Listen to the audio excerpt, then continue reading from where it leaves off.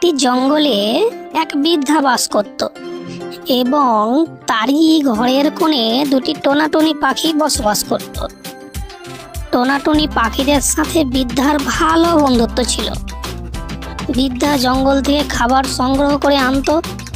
জঙ্গল থেকে খাবার সংগ্রহ করলে সেখান থেকে টোনাটুনিকে কিছু অংশ খাবার দিয়ে দিত।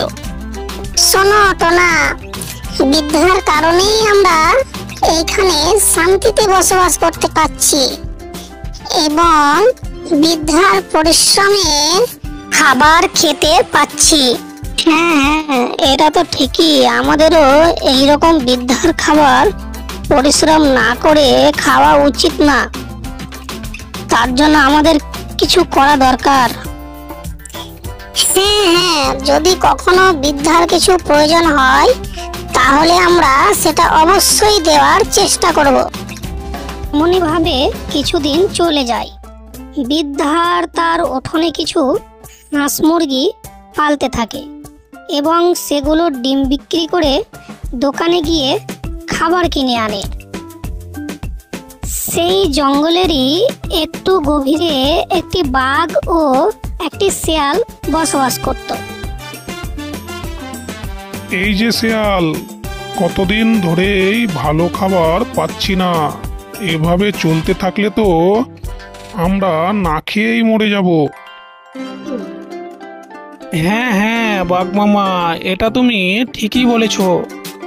না না, এই বাঘের কাছে আর থাকা যাবে না। এ বাঘ তো এখন শিকারই করতে পারে না। দেখি এবার কিছু ব্যবস্থা করতে পারি কিনা। তারপর শেয়াল খাবার খুঁজতে থাকে এবং সে দেখতে পেল একটা বাড়ি। আরে, এই জঙ্গলের ভিতরে বাড়ি দেখি, এখানে কি আছে? তারপর শিয়াল গিয়ে সেইখানে দেখতে পেল অনেকগুলো হাঁস মুরগি। সে তো খুশি হয়ে গেল। আহা, আমার তো খাবারের ব্যবস্থা হয়ে গেল। এইখান থেকেই প্রত্যেক দিন মুরগি চুরি করে নিয়ে গিয়ে খাবো। তারপর শিয়াল সেইখান থেকে একটি মুরগি চুরি করে নিয়ে যায় এবং সে গুহায় নিয়ে একা একাই খেতে লাগলো। তারপর বাঘ এসে গুহার ভিতরে হাড়গুলো দেখে বলতে লাগলো, এ কি শিয়াল, তুমি খাবার পেলে কোথা থেকে? না না বাঘ মামা, আমি তো কোনো খাবার পাইনি। আমার সাথে মিথ্যা কথা বলছিস?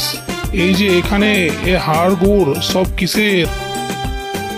আমি কিভাবে বলবো বাঘ মামা, আমি তো কিছুই জানি না। অন্যদিকে বুড়ি এসে তার একটি মুরগি কম দেখতে পেয়ে বলতে লাগলো, আজকে মনে হয় একটি মুরগি কম আছে। টোনাটুনি, তোরা এখান থেকে কাউকে মুরগি চুরি করতে দেখেছিস? না গো বুড়িমা, এখান থেকে মুরগি নিয়ে যেতে দেখিনি। অন্যদিকে বাঘ বলতে লাগলো, শিয়ালকে কেমন সন্দেহজনক মনে হচ্ছে। ব্যাপারটাকে চোখে চোখে রাখতে হবে। এমনিভাবে একদিন চলে যায় এবং শিয়ালটি আবার মুরগি চুরি করতে আসে। বুড়িটি আজ এখানে দাঁড়িয়ে আছে কি জন্য? কখন যে বুড়িটি এখান থেকে যাবে আর আমি মুরগিগুলোকে নিয়ে যাব। তারপর বুড়ি যখন সেইখান থেকে চলে যায়, সাথে সাথে শিয়ালটি একটি মুরগি নিয়ে সেখান থেকে চলে যায় এবং শিয়ালটি আবার গুহায় গিয়ে মুরগি খেতে লাগলো এবং বাঘ এসে বলতে লাগলো, এ কি, কি, আমাকে রেখে তুই মুরগি খাস? এত বড় সাহস তোর! এত বড় সাহস তুই কোথায় পেলি আমাকে না দিয়ে? বাঘ মামা, আমাকে মাফ করবেন। আমি অনেক কষ্ট করে একটি মুরগি চুরি করে এনেছি।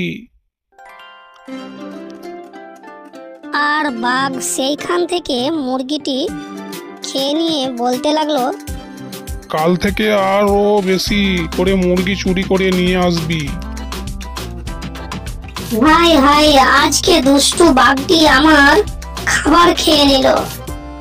তার পরের দিন শিয়াল বাঘের জন্য এবং তার নিজের জন্য মুরগি আনতে বুড়ির বাসায় যায় এবং সে কিছুক্ষণ পর সেখান থেকে অনেকগুলো মুরগি নিয়ে আসে এবং বাঘ আর সে খুব মজা করে খায়।